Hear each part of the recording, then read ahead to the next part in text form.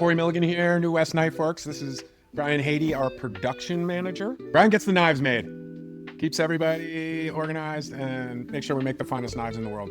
Today, we're talking about the hand finishing part of our knives. You will have seen in different videos or whatever, we also have very high-tech, powerful machinery that we use to grind our blades, rough out our handles. Whenever it's effective, we use high-tech CNC machinery to do what needs done. But we have not found a solution to have a perfect seamless fit and finish from a machine. And so we use knife makers to bring that to life. In our process, we have an individual knife maker assembles the knife and takes it through to a finished knife. It's not like an assembly line where one person does one step and one does the other.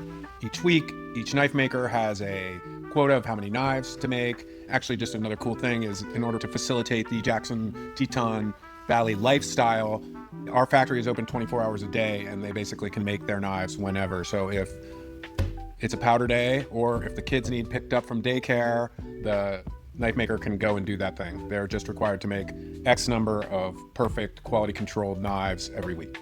Hand finishing, what it allows for us to do is make this seamless fit that the user has with the knife. So different people hold their knife in different ways, and we have a hand finish that facilitates a seamless, blister-free grip. Fine points of why this is so important. One is that seamless grip. The biggest example of that is how we handle the spine and the choil of the knives.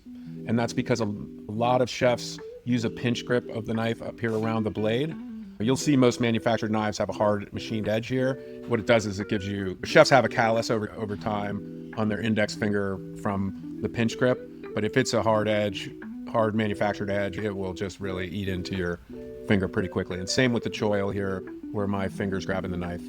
Another thing that is really important is that the rivet that helps hold the handle on is seamless to the handle material, the G10, and also rub against your hand. But even more importantly is so that there are no cracks or crevices where food could get in and you have an unsanitary situation.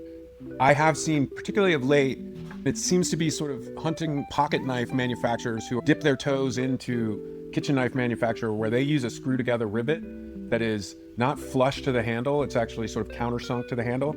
And there's a space in there with usually a hex head that could collect food and easily not be scrubbed out and cause a very unsanitary situation. I don't think that using those kind of knives in a commercial kitchen, the health inspector would not be happy with that situation. So again, just from a pure function standpoint, a flush rivet is very important. The knife makers assemble our machined blade and handle into this hot mess that you can see here. And it looks like a mess. Obviously, we could make it so it isn't so messy with the Acroglass glue that holds the handle on, particularly up here around the blade. For years, that was a curse to us. But the reason we're doing that is so that we are sure that the glue has come all the way out past the edge of the handle and the tang of the knife so that it is perfectly sealed so no moisture can get in between there. That is the most vital thing in terms of the life of the knife, is keeping any moisture out away from between the handle and the blade. So we've turned this almost finished knife back into a hot mess that requires a lot of handwork to remove the glue. You can see, if you look close, the rivets are proud of the handle. And so we're gonna have to come through here and flush that situation all up together. Even just a little super, fine detail is we also want the glue coming out the top of the handle and the blade here, which is, without our developed little secret here, is almost impossible to get the glue out of there without scratching the blade. And so what we do is we put wax on the blade so that the glue won't stick, so then we can sort of just pop the glue off. This is one of the most vital places that we want a complete seal, no moisture can get in. I think that's it for me. So Brian, how the hell do we do that, bud? Absolutely. There is no part on this blade that we do not touch by hand. Even after our machines get through with the flat and the bevel grind, our makers are addressing the surface finish with our surface conditioning belts. And then after the handle's assembled, we are going to hand shape and grind all of these materials flush until it feels like one seamless piece of hardware. The material, the scales, and the blade and the rivets all form this perfect hand feel of a knife. We take great pride in softening the hard steel of the spine and the choil, so even a hard steel knife feels soft in your hands.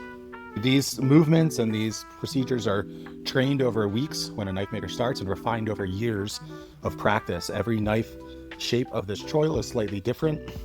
Every spine is slightly different in our chef knife SKUs, and they just learn how that knife feels on a grinding belt and the angles that they need to move that to achieve that smooth, perfect finish. So, Brian, could you describe maybe, you said, oh, they round it, they do this, but can you kind of break it down with the handle, some of the different steps they're going to do? A knife maker may be working on, say, 20 knives at a time. They break it, each movement into a bunch of different steps, and they'll run each knife individually through that step and then on to the next step for each knife. For efficiency, we batch a large quantity of knives. So we might make 10 or 20 at a time and take each knife through a really rough grit belt that's going to flush up the materials, get rid of the excess epoxy, get rid of the excess rivet brass. And then once that material is flush, we're going to take it to a higher grit belt and start to give that knife its shape, refine the scratch pattern of a 36 grit to a 60 grit to a 180 grit. And then we finish with a nice fine belt to fully refine that roundness on a 320 grit belt, polishing all of the materials to look as one. The final step in making our hand finished knives is putting the hand sharpened edge that New West is renowned for. Factory sharp, ready to slice, and good to go.